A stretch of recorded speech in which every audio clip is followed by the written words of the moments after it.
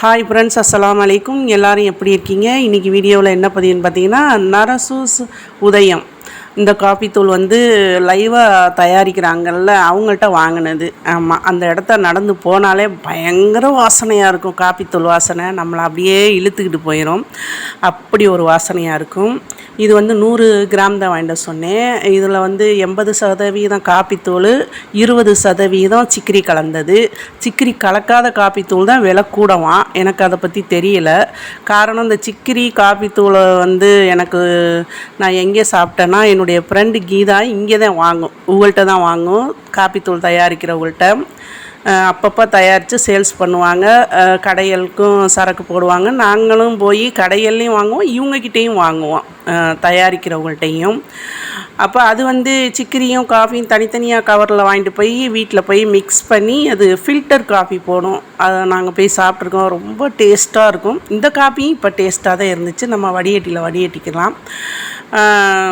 இதில் என்ன ஒன்று பார்த்தீங்கன்னா, எங்கள் ஊரில் வில்லேஜில் என்னுடைய ஃப்ரெண்டுடைய பாட்டி காரைக்குடியில் இங்கே தான், இவங்கள்ட்ட தான் காப்பி கொட்டை வாங்கிட்டு போய் வறுத்து அம்மியில் நுணுக்கி காப்பி போடும்போது அவங்க வீட்டு பக்கம் நம்ம அப்படியே நடந்து போயில வாசனை அப்படியே இழுக்கும். என்னன்னு கேட்கும்போது காரைக்குடியில் தான் வாங்கினோம் அப்படின்னு சொல்லுவாள் என் ஃப்ரெண்டு.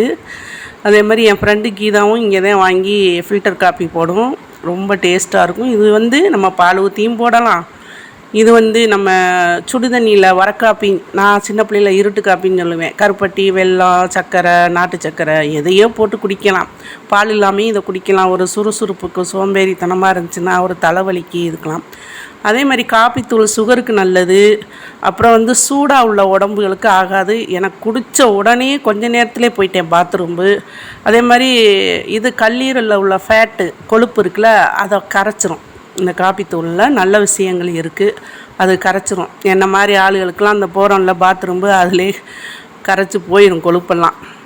இந்த பாட்டி சொன்னல, அவங்க பேத்தி என் ஃப்ரெண்டு இருக்கால, அவள் பேர் லாயிலா. இது பார்த்திங்கன்னா, நாங்கள் இந்த ப்ரூ சன்ரைஸ் காப்பி தூள்லாம் வாங்கி சாப்பிடுவோம். அது என்னென்னு பார்த்திங்கன்னா, நாங்கள் எப்போயாவது காப்பி குடிக்கிறதுனால அந்த சொன்னல எனக்கு ஒத்துக்கிறாதுன்னு, அதனால என்ன ஆசையாக இருக்கும், ஆனால் ஒத்துக்கிறாது. எப்போயாவது குடிக்கிறதுனால அதை வாங்கி வேஸ்ட்டாக போகுது, அப்படியே மொத்தமாக கட்டி விட்டு போகுது.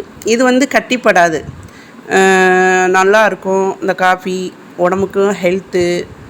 ஹீட்டாக உள்ளவங்களுக்கு அவாய்ட் பண்ணிக்கோங்க. ஓகே ஃப்ரெண்ட்ஸ், எப்போயாவது சாப்பிடுங்க.